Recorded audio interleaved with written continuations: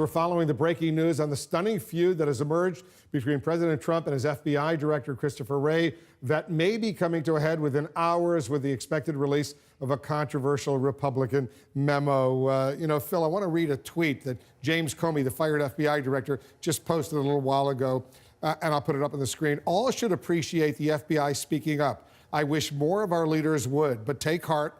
American history shows that in the long run, weasels and liars never hold the field. So long as good people stand up, not a lot of schools or streets named for Joe McCarthy. Your reaction?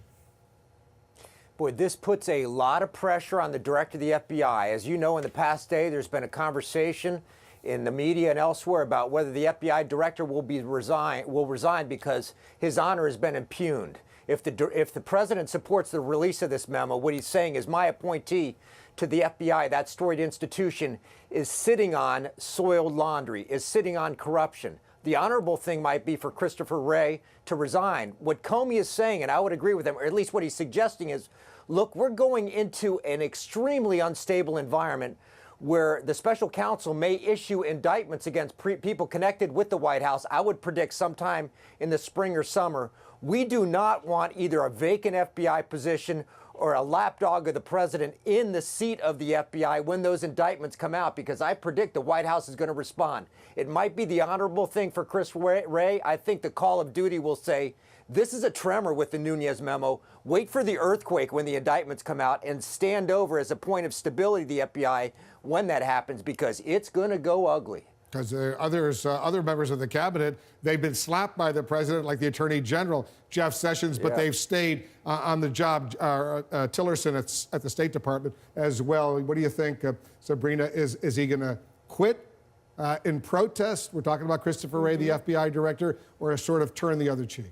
Well, Christopher Wray did meet with the White House Chief of Staff, John Kelly, over the past week, and he didn't indicate that he had any intention to resign at this stage. I think that he sees it as integral to stay at this moment in his position because there is this need to act as a check and a balance. And there's this concern within the agency that if you lose someone like Christopher Wray, who's more of a straight shooter, the president is clearly looking to fill a senior leadership with more people who are loyal to him. But I think the challenge for anyone in this role will fundamentally be that this president believes that the FBI and the Justice Department are there to serve him, and there is no real answer for that problem. David, we've reported that the top White House officials, they're very nervous right now that Christopher Wray might resign in protest to what the president is doing, authorizing the release of this memo. Yeah, if Wray resigns, that's a tough choice for him for all the reasons already stated. But it's also a tough position for the White House because can you imagine? He can be free to speak his mind on various issues, not classified information,